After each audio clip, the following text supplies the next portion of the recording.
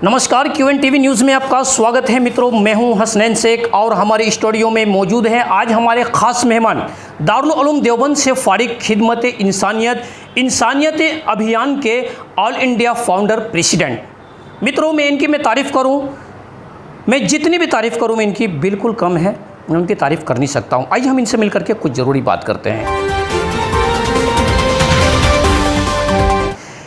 जी हज़रत, आपका हमारे क्यूएन टीवी न्यूज़ में बहुत बहुत स्वागत है।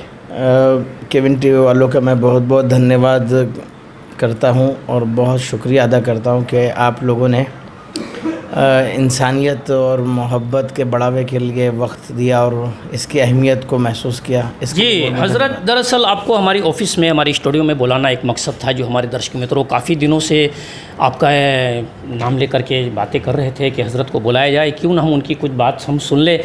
तो जो सबसे पहले मैं आपके जो फाउंडेशन है, जो फाउंडर है, जो प्रेसिडेंट है, आप उनके जो आपकी कामगिरी किस तरह से चल रही है, जो आप दर्शक मित्रों को बताएं। असल मेरा नाम मुफ्ती सालिम यमनी चाऊस है। मैं अहमदनगर महाराष्ट्र से रहने वाला हूँ जी।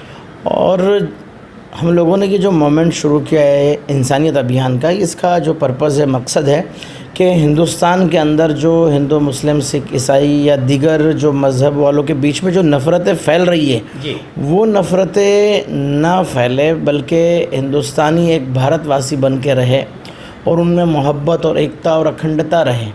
जिस तरह से हमने हमारे भारत के दुश्मनों को एकजुट एक प्लेटफॉर्म पर आकर यहाँ से भगाया और देश को आज़ादी मिली, मैं चाहता हूँ कि उसी तरह से ये देश के अंदर हिंदू, मुस्लिम, सिख, ईसाई और दीगर कौम के जो लोग हैं वो मिलकर और मोहब्बत के साथ में, भारतवासी बनकर, इंसानियत के साथ में, इंसाफ के साथ में और अच्छी सच्ची भावनाओं के साथ में एक दूसरे के साथ में मिले जुले और रहे।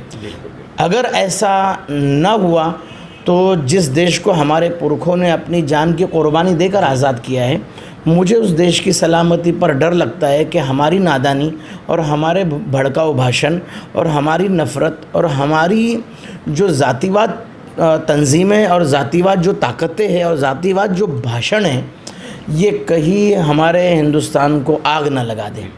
इसके लिए हम बहुत कोशिश कर रहे हैं कि हर हिंदुस्तानी जागरूक हो जाए कि जो किसी भी मज़हब का क्यों ना हो, कोई भी एनजीओ हो जो किसी भी मज़हब के बारे में आपको वर्गलाती है, भड़काऊ भाषण देती है, वो आपका भी और आपकी नस्लों का भी और आपके देश का भी दुश्मन है। जी। आपका भी और आपकी नस्लों का भी और आपके देश का भी दुश्मन है। जी। असल हमारे लोगों में वो देशद्रोही है जो हमारे भारतवासियों के अंदर नफ़रत पैदा कर रहा है।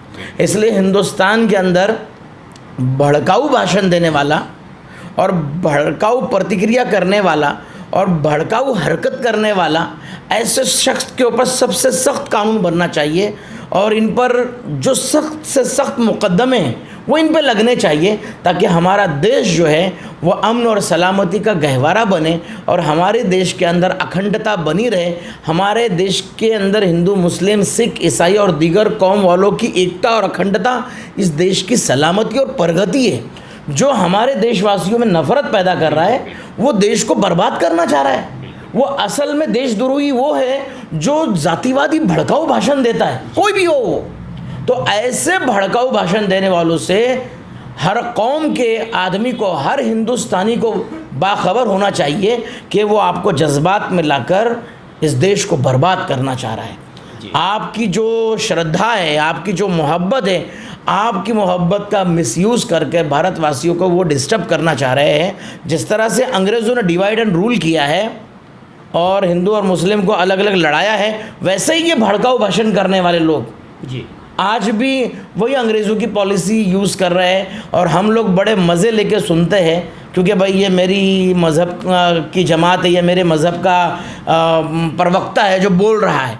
बल्कि होना ये चाहिए कि जो भी इंसाफ के ख़िलाफ़ बोले, जो भी इंसानियत के ख़िलाफ़ बोले, जो भी एकता और अखंडता के ख़िलाफ़ बोले, उसके ख़िलाफ़ पूरे भारतवासी सामने आकर उसका मुकाबला करें और ख़ास तौर से वो लोग मुखालिफत करें।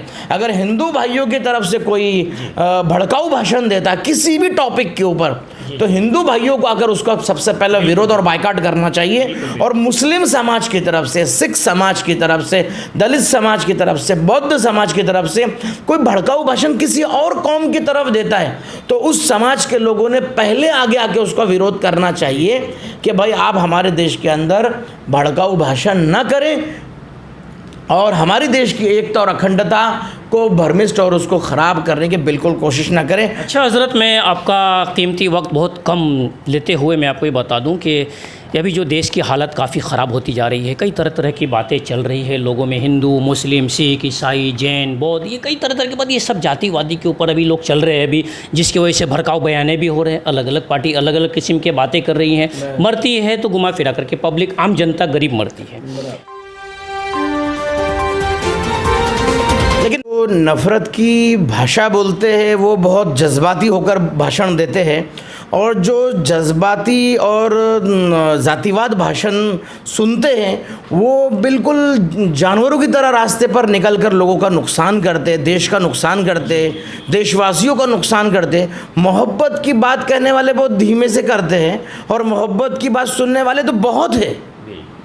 97% लोग इंसानियत और मोहब्बत को पसंद करते, बहुत है, लेकिन वो सुनते हैं और घर में बैठ जाते हैं। उनमें कोई जज्बा नहीं है मोहब्बत को फैलाने का, और नफ़रत वाले लोगों को और जज्बाती लोगों को और लोगों में फूट वाली भाषण देने वालों को रोकने का जज्बा नहीं है।